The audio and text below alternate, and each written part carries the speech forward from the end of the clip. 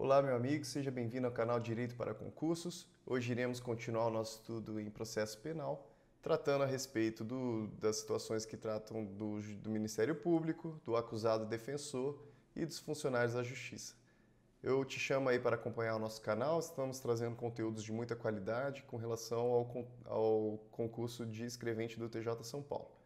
Inscreva-se no nosso canal, compartilhe com seus amigos, para que esse canal esteja cada vez crescendo mais e nós possamos trazer cada vez conteúdos de mais qualidade. Eu te peço esse voto de confiança, esteja continuando acompanhando aqui junto com a gente e iremos tratar a respeito de todo o edital de direito, algo que você não vai encontrar na internet com facilidade. Então, esteja contribuindo aí com o nosso canal, permitindo que a gente possa crescer.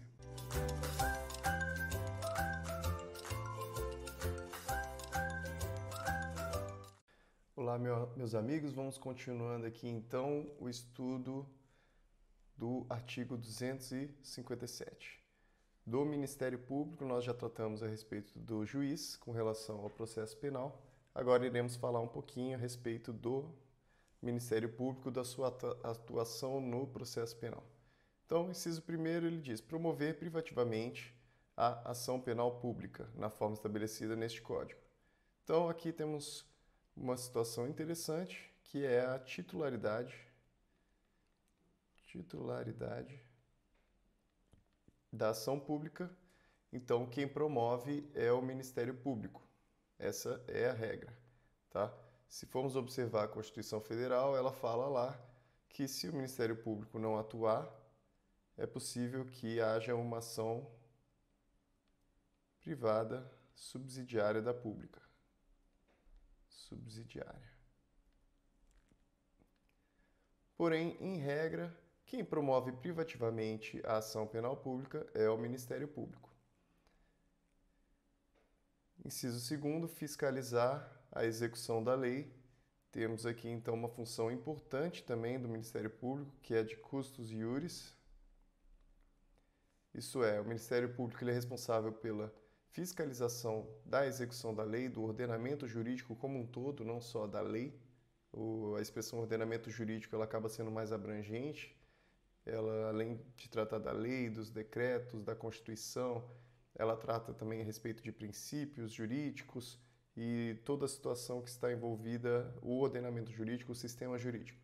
Então, o Ministério Público ele não é simplesmente responsável por estar denunciando e tentando com que aquela pessoa seja condenada. Essa não é a função do Ministério Público. A função do Ministério Público é ter uma atuação que seja conforme a lei, conforme o ordenamento jurídico.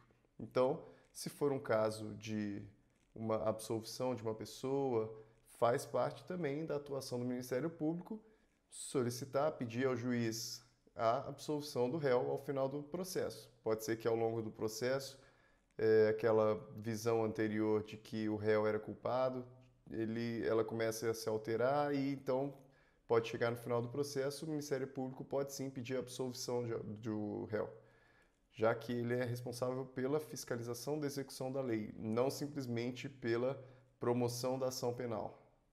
Tá? Então vamos tomar esse cuidado. Artigo 258. Os órgãos do Ministério Público não funcionarão nos processos em que o juiz ou qualquer das partes for seu cônjuge ou parente consanguíneo ou afim em linha reta até o terceiro grau também, ou colateral até o terceiro grau, inclusive, e a eles se estendem, no que lhes for aplicável, as prescrições relativas à suspeição e aos impedimentos dos juízes. Temos aqui, então, uma situação muito semelhante àquela trazida com relação aos impedimentos dos juízes. 261. Nenhum acusado, ainda que ausente ou foragido, será processado ou julgado sem defensor. Isso daqui é extremamente importante porque a defesa técnica, isso é, aquela que é feita por um advogado, ela é indispensável no processo penal. Não é possível que se dispense isso, tá? E caso ela seja feita, inclusive, de uma forma deficiente, cabe, inclusive, a alegação de nulidade. Então, primeiro, se não tiver defesa técnica, é possível alegar nulidade e mesmo que aquela defesa técnica ela seja feita, porém de uma forma deficiente, é possível também alegar a nulidade, tá? Isso é muito importante. Vamos tomar cuidado porque ninguém será processado ou julgado sem defensor.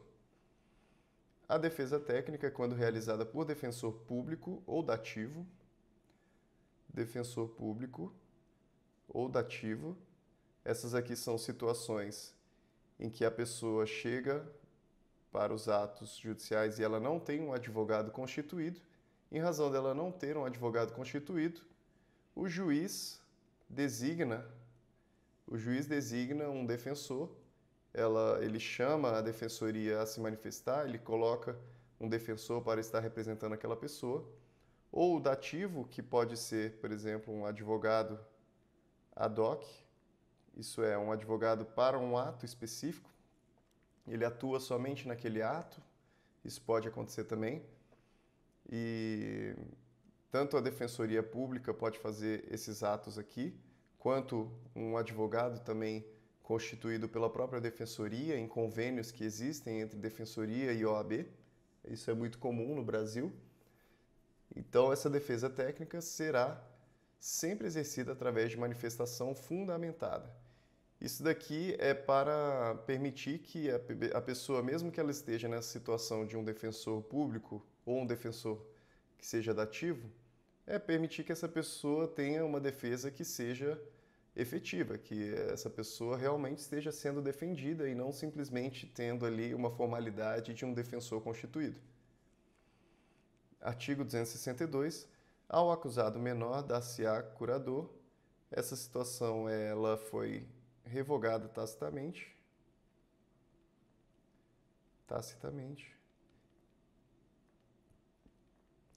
Por quê? Porque essa situação do acusado menor tinha-se antigamente no nosso sistema penal a situação de que uma pessoa dos 18 ao 21 anos ela seria considerado um menor relativamente aqui ao direito penal. No entanto, essa pessoa ela estaria respondendo por meio de um curador, que estaria representando ela em juízo. Então, aqui, quando ele fala acusado menor, ele não está dizendo um menor de 18, né? Ele está dizendo essa pessoa que está entre os 18 e 21 anos, que ela pode ter um curador. Então, tanto o menor, que hoje nós consideramos criança e adolescente, até os 18 anos, ele não responde perante a justiça penal, ele responde perante a justiça da criança e do adolescente.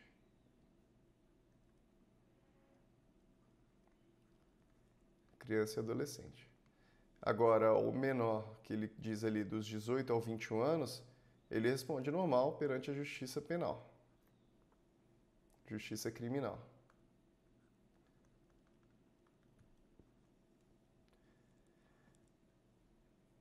Artigo 263 fala: se o acusado não o tiver, se ele é nomeado defensor pelo juiz, ressalvado o seu direito de, a todo tempo, nomear outro de sua confiança ou a si mesmo defender-se, caso tenha habilitação. Então, aqui ele está tratando no final da autodefesa. É permitido, então, que um advogado exerça sua autodefesa. E acima que ele está falando da situação do defensor, do defensor dativo, que é possível que seja nomeado.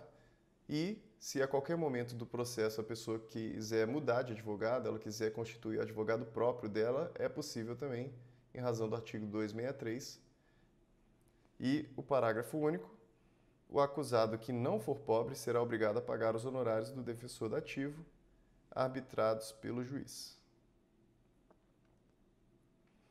264.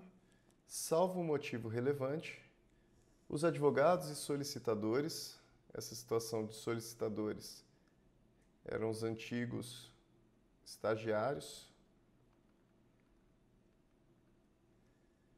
Salvo motivo relevante, os advogados e solicitadores serão obrigados, sob pena de multa de 100 a 500 mil réis, esse valor já não é mais um valor atualizado, já que não tratamos mais de mil-réis, já é uma situação que não cabe mais, a prestar seu patrocínio aos acusados quando nomeados pelo juiz.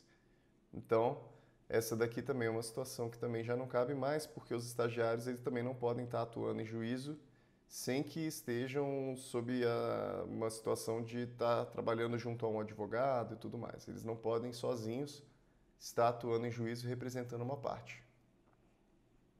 Agora, o que cabe aqui, de fato, que não torna o artigo inconstitucional, é porque ele fala, salvo motivo relevante, os advogados serão obrigados a prestar seu patrocínio aos acusados quando nomeados pelo juiz. Então, existe essa situação que ele precisa defender a pessoa de fato. Artigo 265. O defensor não poderá abandonar o processo senão por motivo imperioso, comunicado previamente ao juiz, sob pena de multa de 10 a 100 salários mínimos, 10 a 100. Sempre bom lembrar esses números. É muito comum cobrar esse tipo de coisa aqui. Às vezes ele vai tentar te confundir. Vai falar que são até 10 salários. Aí você vai já saber que aqui está errado. Então, de 10 a 100 salários mínimos, sem prejuízo das demais sanções cabíveis. Então, o defensor que está constituído, ele não pode abandonar o processo, a não ser que haja um motivo imperioso. Aqui é um motivo que seja urgente, que seja extremamente relevante e, necessariamente, ele precisa comunicar previamente o juiz. Ele precisa comunicar antes de abandonar o processo. Senão, ele precisa pagar essa multa aí de 10 a 100 salários mínimos. Hoje poderia chegar, então, a mais ou menos uns 100 mil reais aí de multa. A audiência poderá ser adiada se, por motivo justificado, o defensor não puder comparecer. Então, é possível que essas audiências, caso o advogado não possa comparecer, é possível que se adie a audiência em vez de simplesmente nomear um outro defensor para a pessoa, não faria sentido. A audiência é adiada para o momento que se possa, esse defensor, porque ele acaba criando um vínculo com o seu cliente, é necessário então que ele continue comparecendo nas audiências. Parágrafo 2º, incumbe ao defensor provar o impedimento até a abertura da audiência. Não o fazendo, o juiz não determinará o adiamento de ato algum do processo, devendo nomear defensor substituto, ainda que provisoriamente, ou só para o efeito do ato. Então, o defensor precisa provar o impedimento até a abertura da audiência. Se ele não provar que tem um impedimento, que o impeça de estar trabalhando naquele caso, se ele não fizer isso, o juiz não determina o adiamento do ato. Então, o ato vai acontecer da mesma forma, caso ele não comprove antes de começar aquela audiência. Devendo nomear defensor substituto. Então, temos aqui uma situação que é possível, sim, a nomeação de defensor substituto, porque é o caso que o defensor constituído, ele não quis atuar no caso. Esse é o defensor constituído.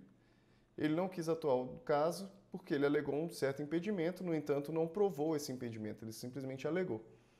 Então, como o juiz não determinou o adiamento daquele ato e a defesa técnica ela é obrigatória, ele precisa nomear um defensor substituto, ainda que seja só um defensor provisório ou só para aquele ato em específico. Para terminar, artigo 266, a constituição de defensor independerá de instrumento de mandato. Então, se o acusado o indicar por ocasião do interrogatório. Essa situação hoje em dia dificilmente ocorre porque o interrogatório hoje, ele está no fim da instrução. Instrução é uma fase processual em que se produz provas. Então, as provas são produzidas na instrução. Então, aqui é onde tem perícia. Aqui é onde vão se ouvir as testemunhas. E aqui vai ter também o interrogatório. Só que agora o interrogatório é aqui no último ato. É sempre o último ato. Então, como ele é o último ato, dificilmente o réu vai chegar até esse momento aqui e ele ainda não vai ter constituído um advogado. No entanto, é possível que ocorra, então, caso isso ocorra, existe essa previsão aqui de que não vai depender de um instrumento de mandato se ele estiver indicando durante o interrogatório dele. 267, nos termos do 252, não funcionarão como defensores os parentes do juiz. Então, os parentes do juiz não vão defender ali o réu até para evitar uma situação de impedimento e suspeição. Evita-se isso, então. E, por fim, tratando a respeito dos funcionários da Justiça, que vocês serão, o artigo 274 diz: as prescrições sobre suspeição dos juízes estendem-se aos serventuários e funcionários da Justiça no que lhes for aplicável. Então, toda aquela situação de amigo íntimo, inimigo capital, e já tiver aconselhado, se for credor, for devedor, todas aquelas situações, elas se estendem, então, aos funcionários da Justiça. Eles não devem atuar, devem declarar a própria suspeição e sair daquele caso, tá bom? Terminamos, então, essa parte aqui de processo penal, esse título com relação aos funcionários, com relação ao juiz e Ministério Público. E nas próximas aulas continuamos aí com o restante da matéria. Peço aí que, se você tiver gostado do vídeo, que se inscreva no nosso canal, esteja curtindo, comente também caso você tenha ficado com alguma dúvida, se tiver alguma sugestão, um elogio, uma crítica, fique à vontade para estar comentando. E também pode compartilhar com seus amigos, compartilhar com as pessoas que você sabe que podem estar interessadas nesse tipo de conteúdo. Obrigado, até a próxima.